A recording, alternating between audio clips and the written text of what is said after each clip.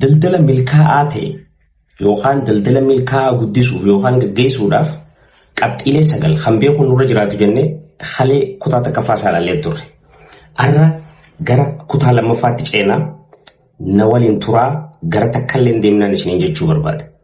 Jirtu akkam jirtan nagayaa fayyaa hordoftotaa fi daawwattoonni kiyya hundi keessanuu bakkuma jirtanitti salaamanni kiyya isin haa dhaqqabu. Akkuma beekamu halee qabxiilee 5 namni tokko daldala milkaa'aa ta'e guddisuudhaaf isa gargaaru yookaan inni beekuu qabu maali kan jedhu kutaa takkaffaa jennee qabxiilee 5 laalleetti turree jechuudha. Qabxiilee 4 kan nu hafan sagantaa arraa tanan kan laallu ta'a. Duba halee 5 farra dhaabne arra 6ffaa jennee itti fufna jechuudha. 6ffaan kaayyoo kee irratti xiyyeeffannoo qabaachuu. Kana jechuun kaayyoo kee jijjiiruun qabdu kaayyoo kee san bira dhaquudhaaf yoo sitti ulfaate karaa ittiin deemu jirtu jijjiiruutu sirra jiraata. Kana jechuun shakkii kaayyoo tiyya san ittiin dhaqqabu siin jettu san caalaa lakkii kaayyoo tiyya san ni dhaqqabaa jettee kaayyoo ta'e amanuutu sirra jiraata jechuudha. So kanaafuu kaayyoo ta'e irratti cichoomina qabaachuu fi isiirratti xiyyeeffattee hojjechuu karoora jijjiirachuu qabda malee kaayyoo ta'e jijjiirachuu hin qabdu.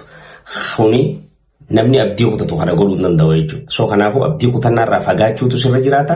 Galma qabaachuu galma keessan irratti cichuu jechuudha 6ffaan. 7ffaan tajaajila maamiltootaa bareedaa kennuu. Inni kun hedduu ijoodha. Daldalaan tokko daldala milkaa'aa ta'e guddisuudhaaf yookaan gaggeessuudhaaf tajaajilli inni maamilaa kennuu jiru haa akkami. Haala kamiini maamila isaa tajaajilu jira. Tajaajila maamilaa bareedaa kennuu yeroo dheertuuf milkaa'inaan gabayaa keessa akka turtuu fi saffisaan akka guddattuuf si gargaarti. Namoota garii fakkeenyaaf amma hojjetaa nama keessummeessu yookaan kastamar sarviisii qaxartaniitu hojjechiiftan. Namni ati qaxartee bakka silaa tajaajila keessummeessa maamilaa irra jiru sanii hangam takka akkamitti maamila kana qabu jira.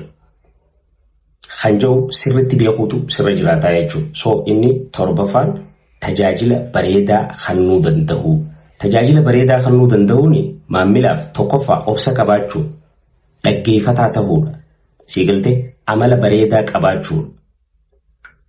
Siigaltee rakkoo yeroo si mudattu caalaa fedhii maamilaatiif dursa kennuudha.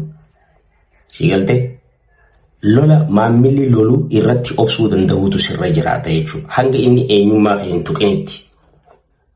Haala kanaan tajaajila maamilaa bareedaa kennuu yeroodhaan waan jette san qopheessuu danda'u qulqullina jette saniin qopheessuu danda'u tajaajila bareedaa kennuu jechuun isa kanaa jechuudha. Inni 8ffaan ifii kan nama hundatti ulfaatu itti fufiinsa qabaachuu. Consistency bifa wal simaa taheen itti fufiinsa qabaachuu jechuudha. Daldalli tokko si jalaa gabbuufaa mala osoo keessa jirtu. Gaafa kana akkam ta'uu malta. Osoo keessa jirtu amma daldalli tokko si jalaa gabbu'ee waan inni gabbu'eef qabbanaa'uu osoo hin ta'in tasgabbii horattee rakkoolee jiran tartiibaan barreessitee isii san keessa tan harka kee keessatti dhumuu dandeessu irratti xiyyeeffattee waan qabdu fudhattee kaayyoo ta'e irratti xiyyeeffachuun fuula dura deemuutu sirra jiraata jechuudha. Yoo san ta'uu baatte maal taate jechuudha. Abdii kutteeti karatti haftaa jechuudha. So sun akka hin taane maal godhuu qabda itti fufiinsa qabaachuu jechuudha. Osoo abdiin kutatiin itti fufiinsa qabaachuu. Kuni maali beektaa? Waan jaan dhageessee uummanni Room ka dur tokko. Room guyyaa takkatti hin ijaaramnee jira. Siigaltee magaalaan amma keessa jirtu guyyaa takka bareeddee kan hin taane. Siigaltee wanni gurguddaan nuti agarru kun fooqileen gurguddoon tun guyyaa takkatti akkas hin taatu jechuudha. Daldaltoonni addunyaa kanarratti milkaa'ina gaggeessanillee erga daldala xixiqqaa keessa yeroo baay'eef turanii daldala san keessatti jalaa gabbu'aa daldalli sun kasaaraan itti dhufaa kasaaraa san fudhachaa deemaa tura. Boodarra akkasiin milkaa'an jechuudha. Hoggu takkatti hin milkooyne jechuudha isaan kun. Inni 9ffaatii fi handumaa aarsaa kafaluudhaaf qophaawaa ta'uu. Daldala kee tokko keessatti milkaa'aa ta'uu yoo barbaadde.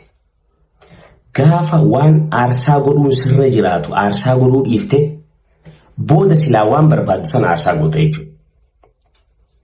So kanaafuu daldala kee milkeessuudhaaf hirriba kee aarsaa godhuu sirra jiraata, maallaqa kee aarsaa godhuu sirra jiraata, hiriyoota keetii fi nama duraan addan baaneen san aarsaa godhuutu sirra jiraata si galte akkasuma yeroo ta'e aarsaa godhuutu sirra jiraata jechuudha. So milkaa'ina fiduuf yookaan daldala milkaa'aa ta'e guddisuudhaaf aarsaa wahii tokko kafaluuf qophaa'aa ta'uutu sirra jiraataa jechuudha. Kutaan lammaffaan hara fakkaata. Qophiitti aantu nanga walitti deebinu nagaa naa tura laayikii fi sabskiraayib godhuun dagatinaa. Please ijoollee teenya yoo yaada qabaattan gama jalaan naa barreessaa laayik sabskiraayib sheer godhaa. Nagaa naa tura.